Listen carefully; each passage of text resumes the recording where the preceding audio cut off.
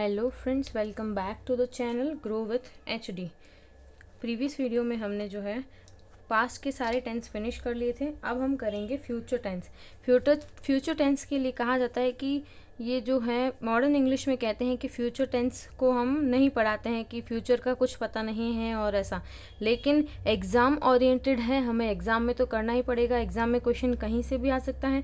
चलो इसे देख लेते हैं, ठीक है। फ्यूचर इंडेफिनिट टेंस यानी कि ऐसे एक्शंस जो फ्यूचर में होने वाले हैं उनके लिए फ्यूचर इंडेफिनिट यानी फ्यूचर सिंपल टेंस यूज़ करते हैं, ठीक है। अब इसका जो नॉर्मल फॉर्मूला है, rule subject plus will shell plus verb की फर्स्ट फॉर्म, ठीक है। सबसे मेन बात यहाँ पे है विल और शैल, ठीक है। अब मैं आपको इसका जो मेन, जब हम ये पढ़ते थे, जब हमें शुरू से जो पढ़ाया जाता है वो क्या है कि विल का जो यूज़ है वो किया जाता है आपके ही, शी, इट और नेम, इसके लिए, ठीक है। इसके लिए क्या यूज़ किया जाता है, विल। और शैल जो है वो यूज़ किया जाता है आई और वी के लिए, ठीक है। ये हमें सिखाया गया है, यही हमने पढ़ा है टेंस में जो पहले था। लेकिन अगर कहीं विल के साथ में आई और वी का यूज़ हो तो वो भी रॉन्ग नहीं होगा, ठीक है। अब इसका मैं एक सेकंड पार्ट बता देती हूँ आपको कि ये दोनों रिवर्स में भी यूज़ होते हैं। जैसे विल के साथ में आपको पता होगा आई और वी भी आता है, ठीक है। I will do this, I will do this, I will crack the exam, ठीक है। तो इसका मतलब होता है वो आपके कॉन्फिडेंस में यूज़ होता है, कॉन्फिडेंस के साथ कि मैं ऐसा करूँगा ही करूँगा, ठीक है। और एक आ गया अब आपका शैल। काफ़ी टाइम शैल जो है वो ही, शी, इट और नेम इनके साथ भी प्रोनाउंस किया जाता है, ठीक है। तो वो क्या होता है आपके कंपल्सरी, उसमें आपको किसी ने कह दिया ये करना है तो करना है, तो वो कंपल्सरी वे में आपको यूज़ करना होता है। तो ये एक मॉडल की तरह यूज़ करते हैं, ठीक है। तो आपको ये नहीं सोचना कि मैम ने बताया था कि ये हो नहीं सकता बट ऐसा होता है, ठीक है। तो ये जो चीज़ें हैं वो होती ही है। कहीं किसी से परमिशन लेने के लिए, किसी को ऑर्डर देने के लिए भी ये जो यूज़ किया जाता है, तो विल और शैल मॉडल में इस तरीके से यूज़ किया जाता है। लेकिन हम जो है ये वाला वे अपनाएंगे, ठीक है। विल के साथ ही, शी, इट और नेम, और शैल के साथ आई और वी, ये हमारा टेंस का रूल है, ठीक है।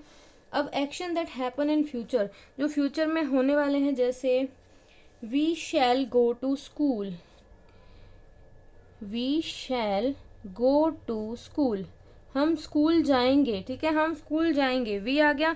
तो वी के साथ ये वाला पॉइंट है जो आप इसको अभी कंसिडर नहीं करना है, ठीक है। ये आपको नॉलेज के लिए बताया, आपको ये वाला करना है। तो वी के साथ क्या आता है, shall. We shall go first verb की first form and then object, we shall go to school. They will go to Ajmer, they के साथ में क्या आ जाएगा, देखो ये ही, शी, इट, नेम और यहाँ पे दे भी हो जाएगा, ठीक है।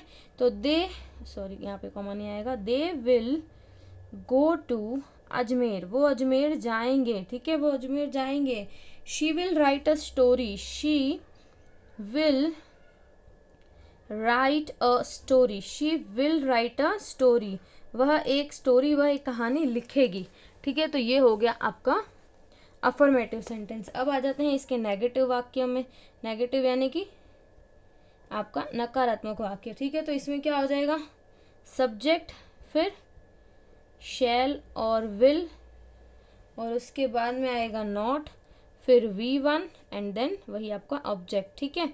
तो अब ये हो जाएगा, इसका एग्जाम्पल कर लेते हैं। She will not write a story, she will not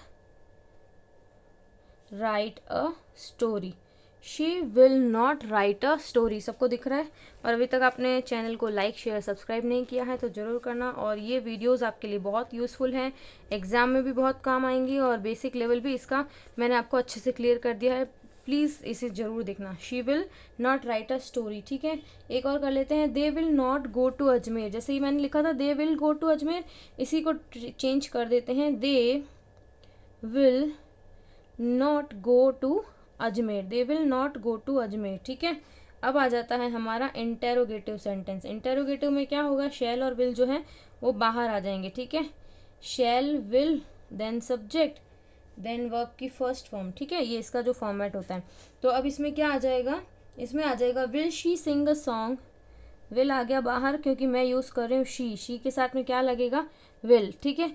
तो will she sing a song, क्या वो एक गाना गाएगी, क्या वो एक गाना गाएगी। Will she sing a song, shall we eat fruits today, shall we eat fruits today, shall we eats fruit today, क्या हम आज फ्रूट्स खाएंगे।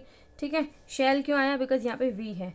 अब आ जाता है आपका लास्ट इंटेरोगेटिव एंड नेगेटिव। ठीक है, तो इसका क्या फॉर्मूला हो जाएगा, वही शैल और विल जो है वो बाहर रहेंगे, शैल और विल, देन प्लस में क्या आ जाएगा, सब्जेक्ट, फिर नॉट, एंड देन वर्ब की फर्स्ट फॉर्म। ठीक है, और फिर जो है आपका क्वेश्चन मार्क। ओके, तो अब हो जाएगा will she not play a game, will she not play a game, क्या वो गेम नहीं खेलेगी।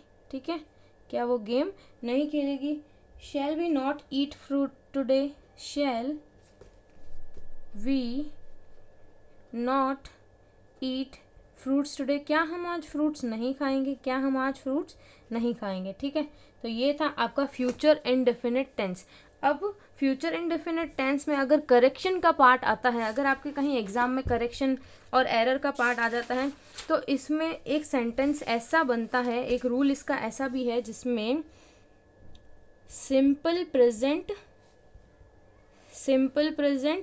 And then simple future. ठीक है, ये भी एक रीजन, ये भी एक सॉरी आपका रूल है सिंपल फ्यूचर। और ये कब होता है, सिंपल प्रेजेंट यानी सब्जेक्ट प्लस वर्ब की फर्स्ट फॉर्म देन एस या ई एस। ठीक है, और ये सेम है सब्जेक्ट प्लस विल शैल और वर्ब की फर्स्ट फॉर्म। ठीक है, ये वाला एक जो है आपका कंडीशनल है, ये आपका रूल है, कंडीशन है ये। और ये कब अप्लाई होती है, ये अप्लाई होती है जब कोई सेंटेंस दे रखा हो, जो सेंटेंस एक है लेकिन उसमें दो पार्ट है, और वो सेंटेंस जो है टाइम और कंडीशन वाले वर्ड्स के साथ में स्टार्ट होता है। ठीक है, अब ये टाइम और कंडीशन वाले वर्ड्स कौन कौन से हैं, ये हो गया आपके if, when, until, unless, till, और एज लॉन्ग एज,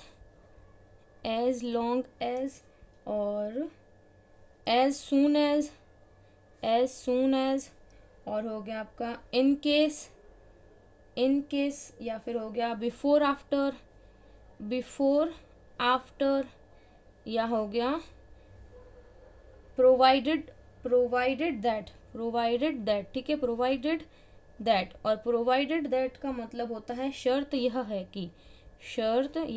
ठीक है, अगर कोई सेंटेंस है जिसके दो पार्ट हैं, मतलब यानी कि कॉमा से जो वो सेंटेंस शुरू हो रहा है, और अगर उसमें जिस पार्ट में भी ये वाले जो हैं वर्ड्स आ जाते हैं, टाइम को डिनोट करते हैं, टाइम और कंडीशन को, तो आपको वहाँ पे जिस पार्ट में ये वर्ड है उसको आपको सिंपल प्रेजेंट टेंस में करेक्ट कर देना है। ठीक है, जैसे मैं आपको एग्जाम्पल बताती हूँ इसका एक,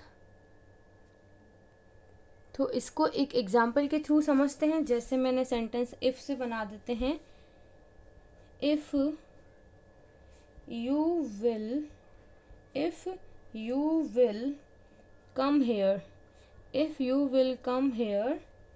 आई शैल हेल्प यू। ठीक है, अब देखिए कॉमा लगा हुआ है, तो आपको ये नहीं सोचना कि टू सेंटेंसेस है, नहीं, बिकॉज जहाँ फुल स्टॉप होता है वहीं होता है सेंटेंस खत्म होना।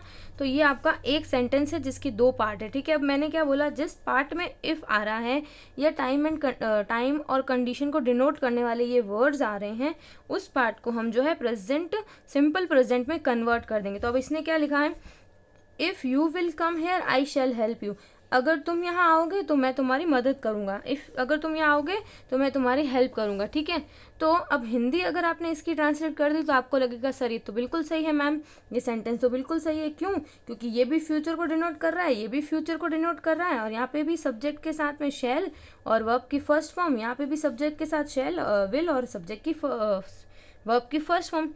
लेकिन नहीं, हिंदी ट्रांसलेट करोगे तो गलत होगा, आपको रूल रिमाइंड होना चाहिए ये वाला। यहाँ पर इफ आ रहा है इस पार्ट में, यानी इस पार्ट को जो है हम सिंपल प्रेजेंट टेंस में कन्वर्ट कर देंगे। सेंटेंस चाहे वो फ्यूचर सिंपल का हो, लेकिन वो कन्वर्ट हो जाएगा ये वाला पार्ट सिंपल फ्यूचर में। तो यू के साथ क्या आता है, एस और ई एस जो है वो सिंगुलर के साथ आता है, आपको पता है, तो इसके साथ में कम ही आएगा, तो इस विल को हटा देंगे। इफ़ यू कम हेयर, अगर तुम यहाँ आओगे, if you come here I shall help you, तो मैं तुम्हारी हेल्प करूँगा, ठीक है। ये आपका करेक्ट सेंटेंस होगा। आई होप आपको समझ में आ गया होगा। आज का वीडियो कैसा लगा ज़रूर बताना। Thanks for watching, do like share and subscribe, bye.